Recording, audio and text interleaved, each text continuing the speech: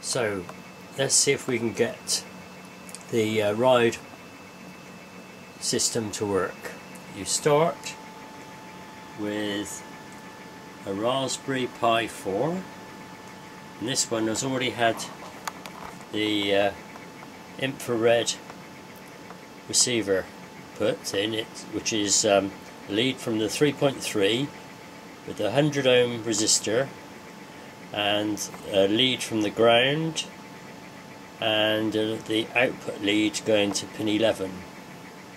Now those are found, the pinouts can be found on a page on, let's see, this page. So there, that page there gives you the pinouts.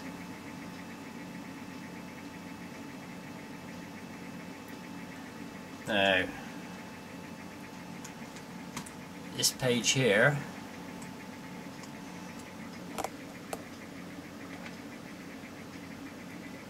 tells you how to wire up the infrared receiver. We'll get back to that later. So you want an SD card program. So to program the SD card, and not a Samsung Evo card, you want to go to this page, which is that one, and this tells you all about how to do it.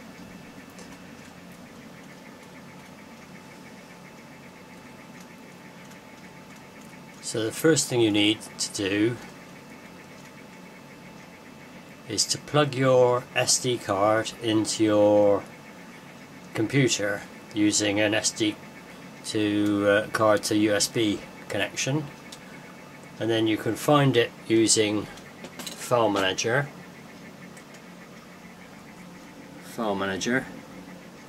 and under this PC, oops, if I double click on it, and on this one it's already been programmed, so it comes up as boot Q and also L, but it's the boot Q is the one that we're going to program. You then need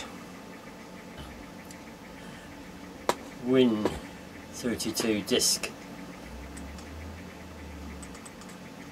program, that program there, and when you've installed it and run it, it comes up with this. So we go yes, and then you get this, let's put it down there. Now here it's Q, and what do you want to put in here? Well, also already over here it's told you you've got to download this. So you download that, as it says in the instructions, and here it's I've got it down. It'll take me a little while to find it. On my computer I've stored it here anyway. You get a file like that. Oops. And that's the one you want to write. So I've selected the Buster operating system, Buster Lite, using this one here, and that's in Q, which is the when it comes up on my computer, if you remember there. And now all you do is go down to write, comes up with that, and you go yes, and it's writing. Sometimes it'll give an error. First of all, for some unknown reason, you just try again, click write again, and it'll go over it. But very few times, hardly ever over time, I'll say it again, hardly ever does it come up with a it won't write. Other things come up while it's doing it, like this, and also I've got it over here, but you ignore those. It's just Windows not liking you writing to a disk in a different format. So when that's finished, I'll come back. This is the SD card in the SD writer connected to the computer. That's it, and it's going into a USB input there. So that's what's happening when it's finished. When it's finished, you get this. So, right, successful, okay. So you can actually exit from that now. Now over here, you don't take the SD card out yet because there's a little while to go. So it's loaded it onto queue, so now we can open that up.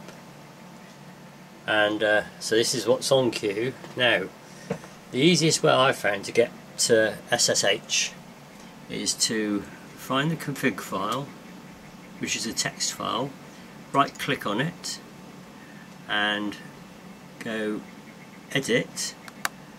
Now it comes up here, and now go up onto it. Let's just move it so you can see what I'm doing over here. So that's config in Notebook.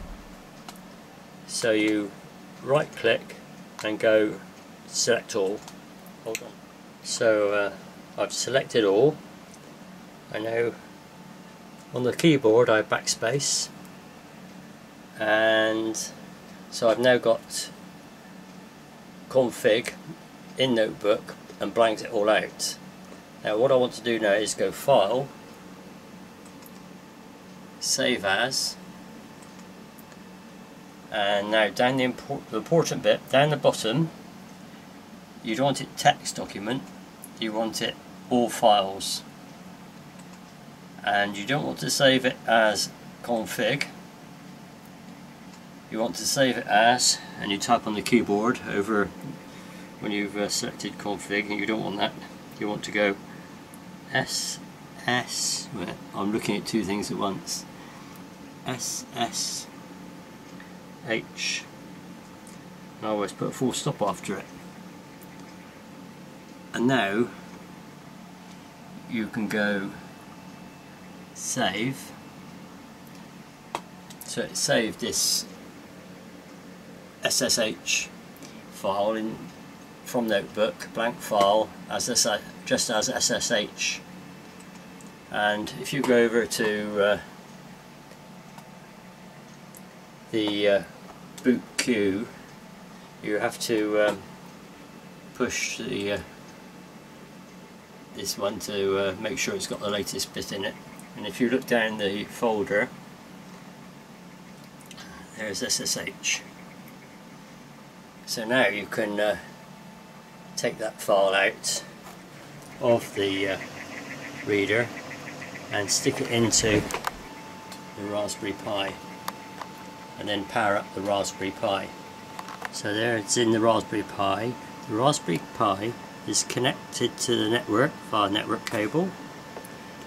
The other connection is the USB to the Mini Tuner version 2, and the other output is the mini HDMI, which goes to a monitor. So powering it up.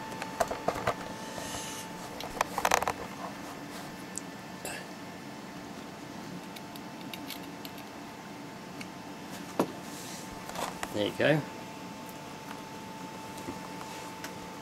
Now, this is the screen with the output.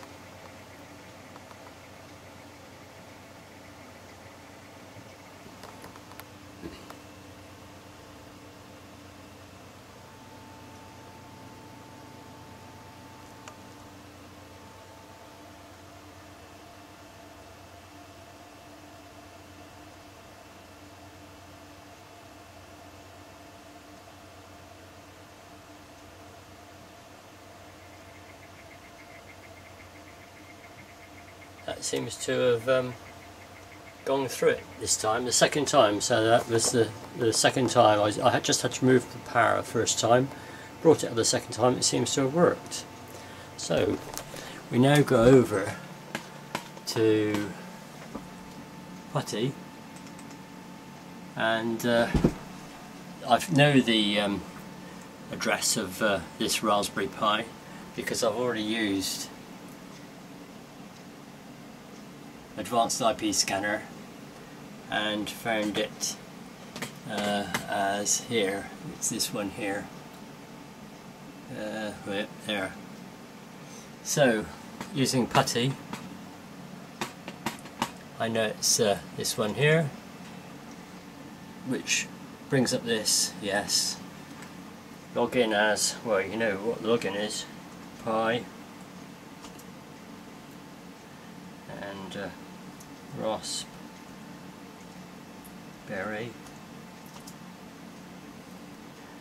Right, so you're down to here. Now, on the installation for Ryde from this website,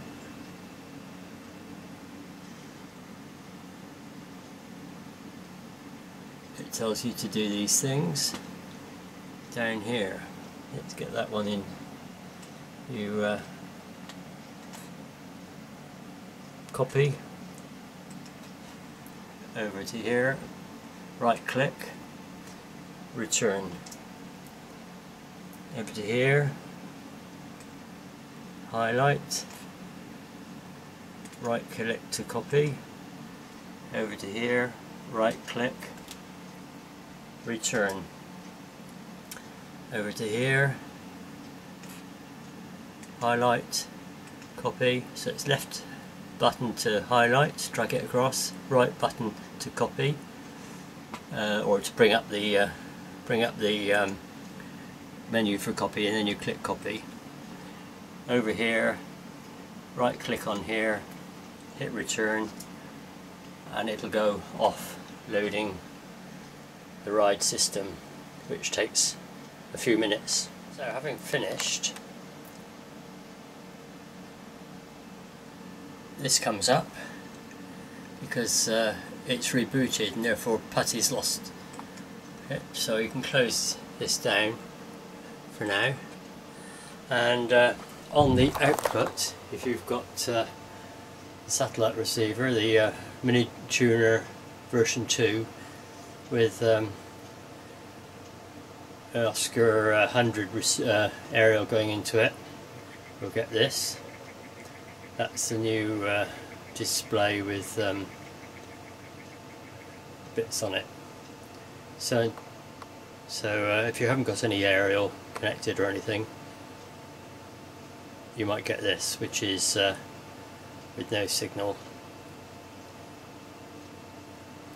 So to do anything else, you either need to SSH into the menu using putty, or work on the remote control.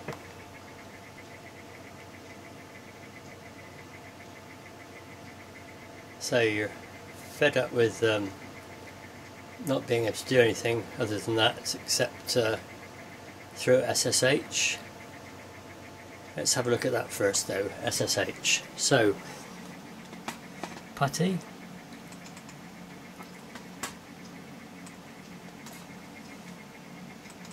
I've already got it programmed in. Pi Raspberry. Now what you can do is menu, there.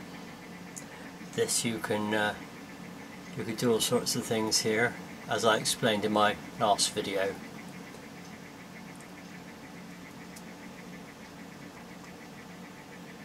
But to do the remote control, you need to go to this page, and it tells you how to make the remote control, and then you want to fill up a table like this with your remote controls codes. So you go down to here and it says, gives you an idea of the directory you want to be in. So if you highlight, copy, then go to, when you're in this part of the Raspberry Pi, and go CD space, and then copy that in, hit return, and then go LS. You'll see all the controls are there. The one that it comes up with straight away is the Virgin one here. So the way I get around this is to use Nano,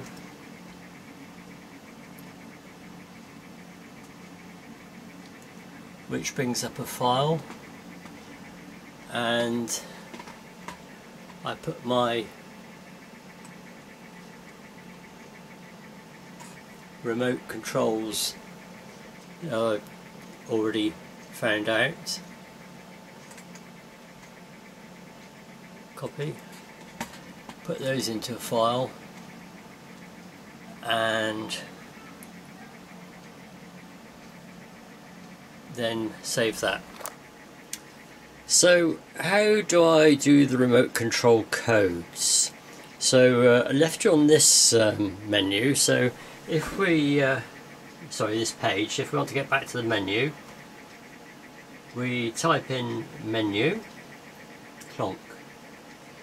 We now go down to number 7, which is IR check, return, and this comes up. So with the selected infrared control that you've got spare, you can push a button and a code will come up. So push another button and another code will come up, and so on. Now these codes correspond to the buttons you're pushing. So once you know the codes, you can fill up a file that you could make in Notepad, and this file you can grab from one of the files that's already there. So if I just go Control C for a moment and get back to here, I want to get back to the files. So if I go LS, I get back to those, and what I'm aiming for is the one that says the Virgin one, because Virgin is the first remote control that it is programmed for. So if you don't change anything else, it will try the remote control file virgin.yaml. So I now go to a program called Nano, while in this directory. I now go read file, which is Control R. So you press Control R. It asks you which file, so I'm going to go virgin.yaml, return. Now that's not the whole file there. To see the whole file you have to go up. There you go, and it starts at the top there. So you could just write down your codes. In fact, this one already is the right codes for it's a Phoenix remote control I'm using. I've already altered it, and you have to change this bit here, and then these codes down here. And so when you push the power button, you see the code that comes out on the item 7 of that menu, previous menu, and you write it in here. The up button, the down button, the left button, and so on. And you can alter this, or you can copy that out into Notepad, or even better, you can get it straight off the web page. And then once you've done that, you put them in there like that.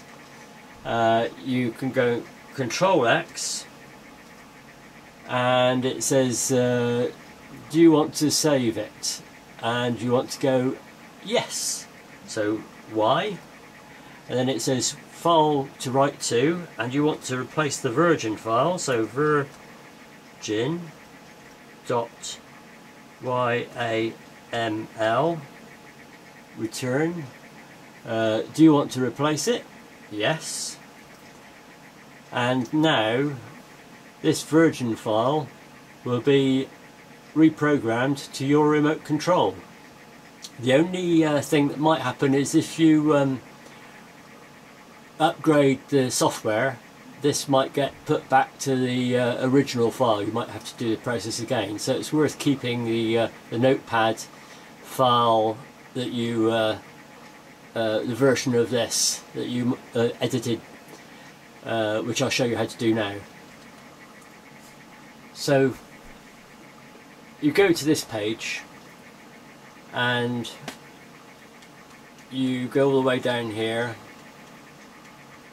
and then there's this bit here. So this is basically the file for remote control, and you want to edit this bit here and all these down here. So the best way to do that, I found, is to right click and select all over there with the mouse, right click, copy. You then open up a Notepad file,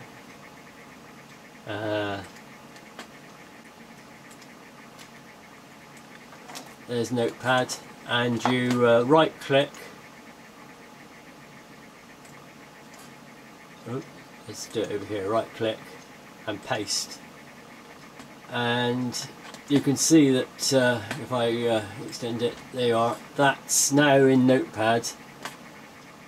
Exactly a copy of that, and it's got the 3 little dashes at the top and the name, my remote control, RC5. Well, that's not what mine was. The instructions are pretty clear. You have to see that when you on your remote control, when you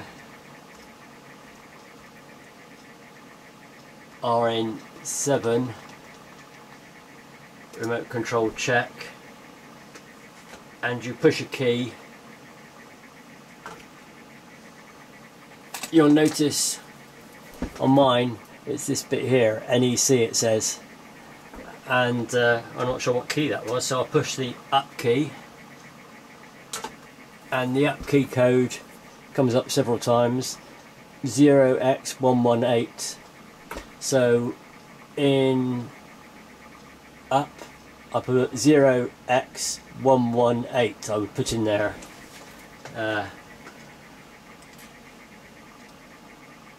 Up 0x, that would be 118. And then when I've done all these, and that one, NEC mine was, when I've done all those, I would save that file, save as, and you save it somewhere as, I could save it anywhere, but normally I save it in one particular place, this PC, amateur radio, something like a Ryde, handsets, and it's saved under Phoenix Remote. I won't save it on it, but no, right, I'll just open that, and then you see, yeah, I've saved it. That's saved from before with all these codes, and they're up OX118.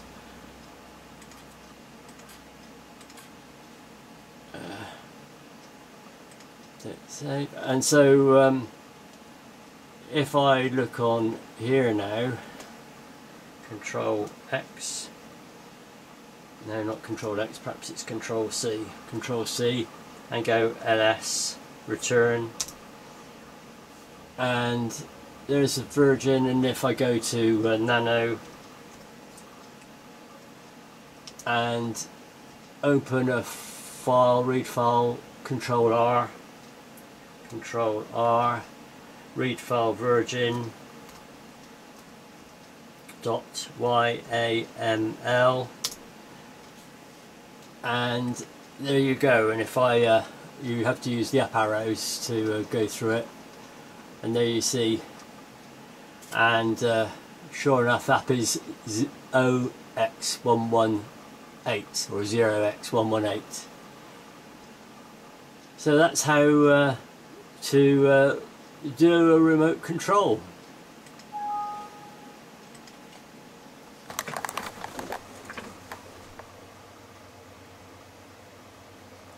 So I've just rebooted this one, and there it comes up with that. Grabbing the remote control in my other hand. Right, now with the remote control, I'll zoom out. There we go. If I now push menu, it's menu, and you can go down.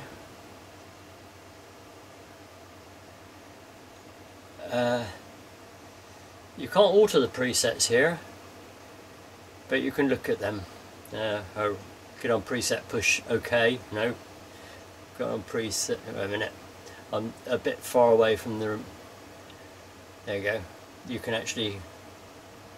Oh, that's interesting. So when it loses signal, it tends to lose that bit there. Or is it? No, perhaps it was just. Anyway, that's the remote control done. Back to menu and off. So hopefully you'll be able to get on with that. And the first video showed you how to program it using SSH, so you can see how to do it via that as well.